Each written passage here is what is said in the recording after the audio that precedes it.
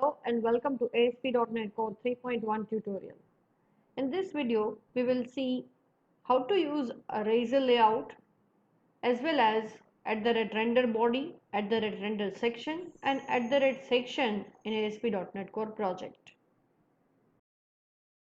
હવે આપણે લેઆઉટની શું જરૂરિયાત છે એ ચેક કરીએ. ઘણી બધી વેબસાઇટ્સની અંદર અને એમાં પણ પ્રોજેક્ટની અંદર રહેલા ઘણા વેબ પેજીસની અંદર હેડર, ફૂટર અને નેવિગેશન એ એવા પોર્શન છે કે જે કોમન જોવા મળે છે, જ્યારે કન્ટેન્ટવાળું પોર્શન છે એ બદલાતું રહેતું હોય છે. તો આપણે ફોર એક્ઝામ્પલ લઈએ કે મારા પ્રોજેક્ટની અંદર 20 વેબ પેજીસ છે કે જે આ પ્રકારનો લેઆઉટ યુઝ કરે છે. તો આ રીતે તમારા પ્રોજેક્ટ ફોલ્ડરની અંદર વ્યૂઝની અંદર 20 વેબ પેજીસ હશે. હવે જરૂરિયાત એવી ઊભી થાય છે કે હેડરમાં કંઈક બદલાવ કરવું છે અથવા તો ફૂટરની અંદર કંઈક ચેન્જીસ કરવા છે. તો આ સિનારીઓની અંદર મારે 20 વેબ પેજીસની અંદર ચેન્જ કરવા જવું પડશે. આવું ન કરવું હોય તો એનું એક સોલ્યુશન એ હોઈ શકે કે આપણે જે હેડર, નેવિગેશન અને ફૂટર કે જે કોમન કન્ટેન્ટ છે એને આપણે એક અલગથી ફાઇલમાં સ્ટોર કરી દઈએ અને એ ફાઇલની અંદર એક એવો પોર્શન રાખીએ કે જે બધા વેબ પેજનું કન્ટેન્ટ હોય એને લોડ કરે. તો આ રિઝોલ્યુશન જે છે એ આપણે રેઝર લેઆઉટની મદદથી કરી શકીએ. Let us see it practically. પ્રોજેક્ટની અંદર કઈ રીતે લેઆઉટ બનાવી શકાય, લેટ અસ સી દેટ. તો વ્યૂઝ ફોલ્ડરની અંદર હું એક સબ ફોલ્ડર બનાવું છું. So right click it and say add new folder. Give it a name shared. આ શેડ ફોલ્ડરની અંદર તમામ એવા વેબ પેજ કે જે કોમન છે એ આપણે રાખી શકીએ. સો લેઆઉટ એ કોમન હોવાને કારણે હું એને શેડ ફોલ્ડરની અંદર મૂકું છું.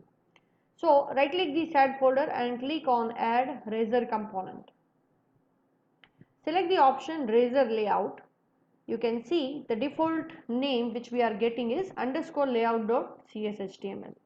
તો હું અત્યારે આ જે ડિફોલ્ટ નામ મળે છે જ રાખું છું and I'm clicking on add. So here you can see that layout.cshtml file is available inside the shed folder. એ ઉપરાંત આપણને જે કોડ મળે છે એ છે html head body. એ ઉપરાંત div/div ટેગની અંદર @render body. એટલે આ એક એવો લેઆઉટ છે કે જેમાં આ બદલાતો ભાગ એ અહીંયા મૂકવામાં આવશે @render body દ્વારા. હવે આ લેઆઉટની અંદર આપણે હેડર અને ફૂટર પોર્શનને તૈયાર કરીએ. So this is going to be header and this is going to be a footer. So right now I'm just putting some simple static text here that this is a e-product store website. E-product store website.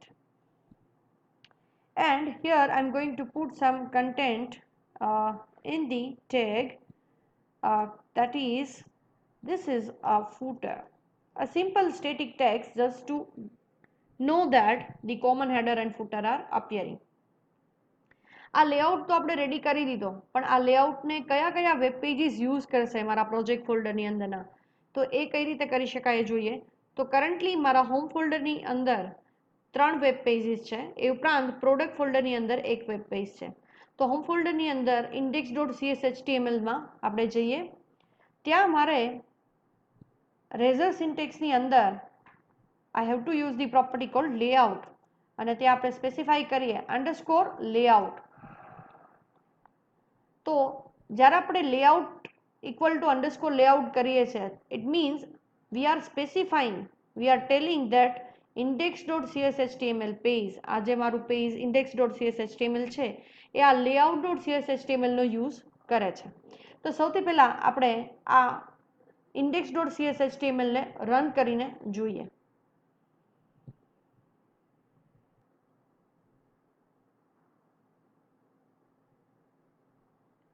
So here you can see the output is there, e-product store website, that is the header part and this is a footer. હવે આ project web પેજના right click કરીએ and we say in view page source.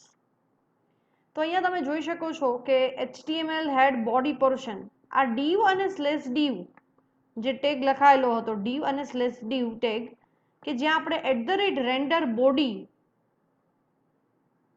layout.cshtml ફાઇલની અંદર @render body જે છે ત્યાં આપણું index.cshtml નું content load થાય છે. એટલે કે આ જે કન્ટેન્ટ છે એ આપણને index.cshtml માંથી મળે છે. જ્યારે ઉપરનું હેડર ફૂટર અને બોડી પાર્ટનું બાકીનું તમામ કન્ટેન્ટ એ આપણને લેઆઉટમાંથી મળે છે. પણ now you can C again the tags are repeated like header tag, body tag. So we need to remove the redundant portion here. તો એ પોર્શનને રિમૂવ કરવા માટે હું index.cshtml માં હેડ ટેગમાં જે કાંઈ પણ આપણે પેજીસ ઇન્ક્લુડ કરાવેલા છે, જે કાંઈ પણ સ્ક્રિપ્ટ ટેગ લખેલા છે, so I'm just going to cut it and I will paste here in the head portion of the layout. Not only that, I'm going to completely remove now the head and I to remove that body tag as well. તો જે માત્ર ને માત્ર content છે જે index.cshtml page દ્વારા load થશે એ કન્ટેન્ટને જ આપણે અહીંયા રાખવાનું છે. તો હેડ અને બોડી ટેગને પણ મેં રિમૂવ કરેલા છે and let us refresh it once again. So view page shows. So now here you can see it is a perfect web page where આ જે પોર્શન છે એ આપણા index.cshtml માંથી લોડ થાય છે. જે @render body, તો હવે અહીંયા @render body જે લેઆઉટની અંદર છે એ @render body નો શું યુઝ છે? એન્ડ અનધર થિંગ, રેન્ડર બોડીની અંદર એ કન્ટેન્ટ રિપ્લેસ થશે કે જે પેજ તમે રન કરો છો એનું જે કાંઈ પણ કન્ટેન્ટ છે એ આ પ્લેસ પર રિપ્લેસ થશે. તો એ @render body નો યુઝ છે. સો આ જ લેઆઉટ પ્રોપર્ટી હું બાકીના પ્રોજેક્ટના તમામ વેબ પેજમાં ઇન્ક્લુડ કરીશ. So in about also and in this temporary file as well. અને આ જ લેઆઉટ આપણે પ્રોડક્ટ્સના પેજમાં પણ યુઝ કરીએ. So now let us run the project. So I will check home and about us.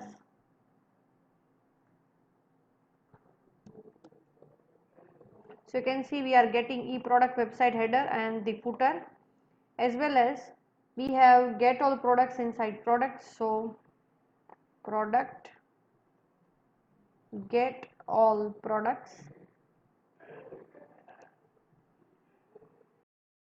JSON response, it's because controller માંથી આપણે JSON response જે આપણને repository મારફતે મળે છે એ રિટર્ન કરાવેલો છે. So what I'm going to do is I'm just going to put this into comment અને આપણે રિલેટેડ મેચિંગ વ્યૂ જે છે એ રિટર્ન કરાવીએ. અને એના માટે થઈને હું અહીંયા રિઝલ્ટ રિટર્ન જે ટાઈપ છે એ પબ્લિક વ્યૂ રિઝલ્ટ કરાવીશ. And let us see once again. So now product and get all products. So I wanted to see whether we are getting common header and footer or not. You can see કે આપણે get all products જે view છે એની અંદર layout specify કરી દીધો છે અને એટલા માટે આપણને જે આ હેડર અને ફૂટર મળે છે એ આપણા લેઆઉટમાંથી લોડ થાય છે. પણ હવે ક્યારે એવી જરૂરિયાત પણ ઊભી થાય કે હોમ ફોલ્ડરની અંદરના તમામ વેબ પેજ છે એ એક લેઆઉટનો યુઝ કરે છે, જ્યારે પ્રોડક્ટના અંદરના તમામ પેજ છે એ કોઈ બીજા લેઆઉટનો યુઝ કરે છે. તો શું આવું પ્રોજેક્ટના અંદર ચેન્જીસ થઈ શકે? હા, કરી શકાય. થઈને હું શેર્ડ ફોલ્ડરની અંદર હજી એક લેઆઉટ બનાવું છું કે જે પ્રોડક્ટ ફોલ્ડરના તમામ સ્પેસિફિક પેજીસ માટે હશે. So right click it and say again add razor component and choose razor layout. નામ આપીએ layout 1.cshtml and say add. So now I have two layouts. You can see I have two layouts. આ layout 1 છે ત્યાં આપણે header portion ને set કરીએ and this is header from layout 1. So again I'm just using the h1 tag here. તો બેના header પોર્શનમાં શું બદલાવ કરેલો છે? અહીંયા હેડરમાં આપણે લખેલું છે ઈ પ્રોડક્ટ સ્ટોર વેબસાઇટ, જ્યારે લેઆઉટ 1માં મેં સ્પેસિફાઈ કરેલું છે this is header from layout 1. હવે પ્રોડક્ટની અંદરનું જે પેજ છે ગેટ ઓલ products.cshtmlમાં ત્યાં આપણે સ્પેસિફાઈ કરી દઈએ કે આપણે લેઆઉટ 1નો યુઝ કરવા માંગીએ છીએ. So only the change I have to do is this layout 1. Let us run this and check. So here you can see product and let us check that web page once again. So we are getting the header from the layout 1 instead of the layout.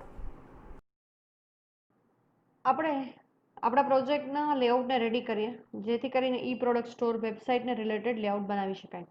એ માટે સૌથી પહેલાં હું header પોર્શનની અંદર navigation બાર edit કરવા માગું છું.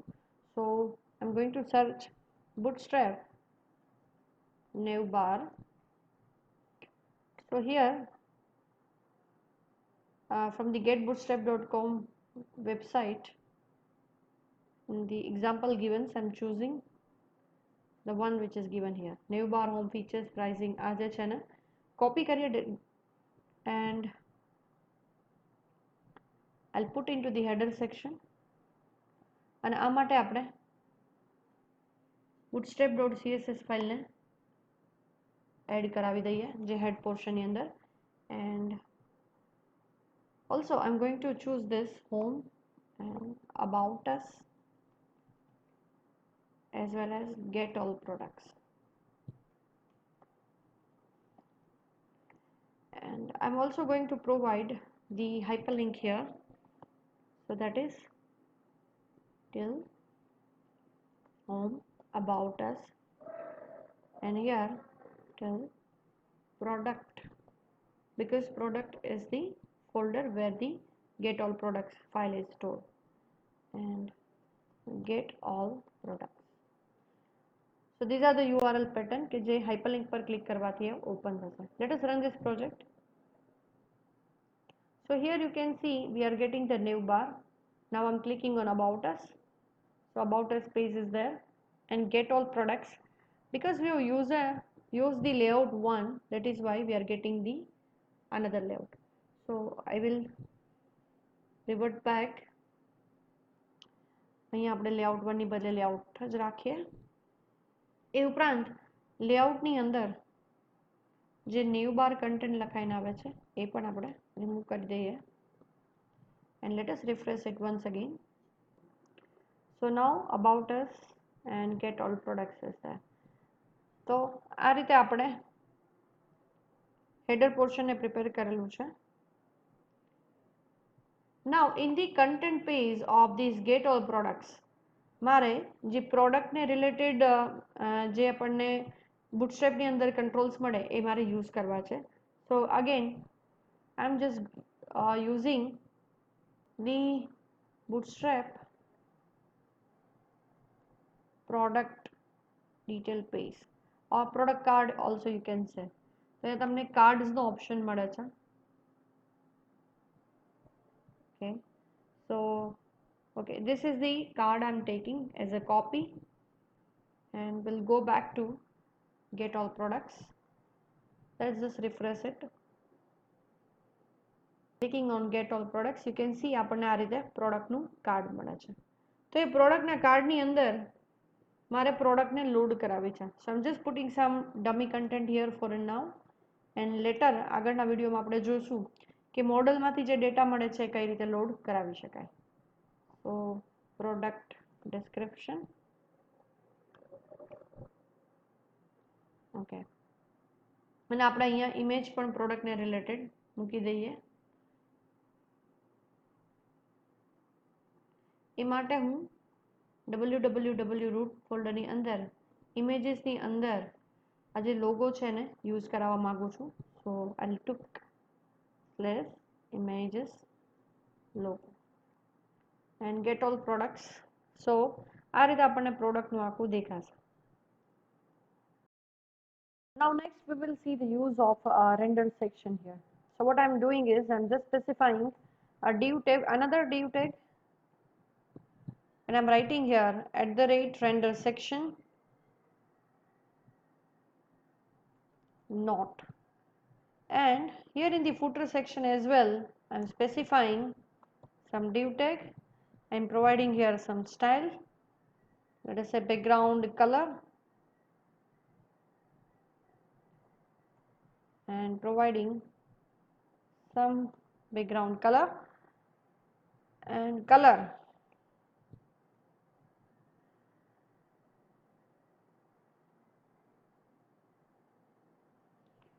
And here also I'm using @render section. So in one page I've use the render section at two places. Now the way we have used render body, જ્યારે પણ આપણે render body use કરીએ છીએ ત્યારે આ પોર્શન પર જે content છે બદલાય છે, બાકીનો તમામ પોર્શન છે કોમન રહેશે. સિમિલરલી અહીંયા જ્યારે હું રેન્ડર સેક્શન લખું છું, ઇટ મીન્સ કે કોઈક વેબ પેજની અંદર જે સેક્શન છે, નોટ નામનું સેક્શન, એનું કન્ટેન્ટ છે અહીંયા બદલાશે. સિમિલરલી અહીંયા ફૂટર નામનું સેક્શન છે લોડ થશે. તો લેઆઉટની અંદર આપણે આ બે સેક્શન કરેલા છે. હવે index.cshtml ફાઇલ ત્યાં મારે આ બે સેક્શન બનાવવાના છે, ફૂટર અને note. So I am going to go there. Here I will specify @section and the name exactly it should match here. So note and footer is there. So I will write here, let us say note, and here I want to print something. Let us say this is note section, and I am also going to provide @section footer, and this is a footer section. તો જ્યારે પણ આપણે લેઆઉટની અંદર લખીએ છીએ ત્યારે mention કરીએ છીએ @render section, પણ જે આપણું વ્યૂ છે ત્યાં આપણે સ્પેસિફાઈ કરીએ છીએ @section. તો @sectionની અંદર જે કન્ટેન્ટ લખાયેલું છે એ @render sectionના પ્લેસ પર રિપ્લેસ થશે, ત્યાં એ કન્ટેન્ટ લોડ થશે. Late us C the output. So here you can see this is a note section and this is a footer section. Also we will right click and view page source. તો તમે જોઈ શકો છો કે આજે આપણું footer section અને note section છે એ કન્ટેન્ટ અહીંયા લોડ થાય છે. But when I click on about us, તો અહીંયા અબાઉટ અસ ઉપર આપણે જ્યારે ક્લિક કરીએ ત્યારે આપણને એરર મળે છે, અને એ એરર છે કે એના @render section નોટ વિશે કોઈ ખબર નથી, or it is not knowing about what is a not.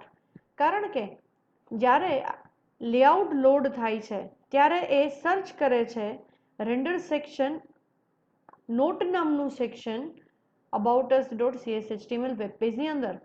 પણ તમે જોઈ શકો છો કે અહીંયા આપણે કોઈ સેક્શન સ્પેસિફાઈ કરેલું નથી, અને એટલા માટે એને મળતું ન હોવાને કારણે આપણને એરર મળે છે. સો એ સમયે શું કરી શકાય? તો એક સોલ્યુશન એ છે કે તમે @section નોટ અને @section ફૂટર છે એને જ તમે કોપી આપો અને અબાઉટ અસમાં જઈને પેસ્ટ કરો. પણ એવું પણ બની શકે કે આપણી રિક્વાયરમેન્ટ એવી નથી. આપણી રિક્વાયરમેન્ટ એ છે કે આપણે માત્ર ને માત્ર આ સેક્શન છે index.cshtml માં જોઈએ છે, aboutus.cshtml માં જોતા નથી. તો એ સમયે આપણે આપણા લેઆઉટની અંદર સ્પેસિફાઈ કરવું પડે છે કે આ જે સેક્શન છે એ કમ્પલસરી નથી. કઈ રીતે કરી શકાય? તો અહીંયા પ્રોપર્ટી આપણે સ્પેસિફાઈ કરવાની રહેશે રિક્વાયર્ડ ફોલ્સ, અને આ જ રીતે હું ફૂટર સેક્શનમાં પણ સ્પેસિફાઈ કરી દઉં છું રિક્વાયર્ડ ફોલ્સ. આ રિક્વાયર્ડ ફોલ્સનો મતલબ એ છે કે એ નોટ નામનું સેક્શન જે તે વેબ પેજમાં ન હોય તો પણ એ ચાલશે અને આપણને એરર નહીં મળે. So let us C once again. Now let me click on about us. Now you can see there is no error. So that's all for now. Thank you very much.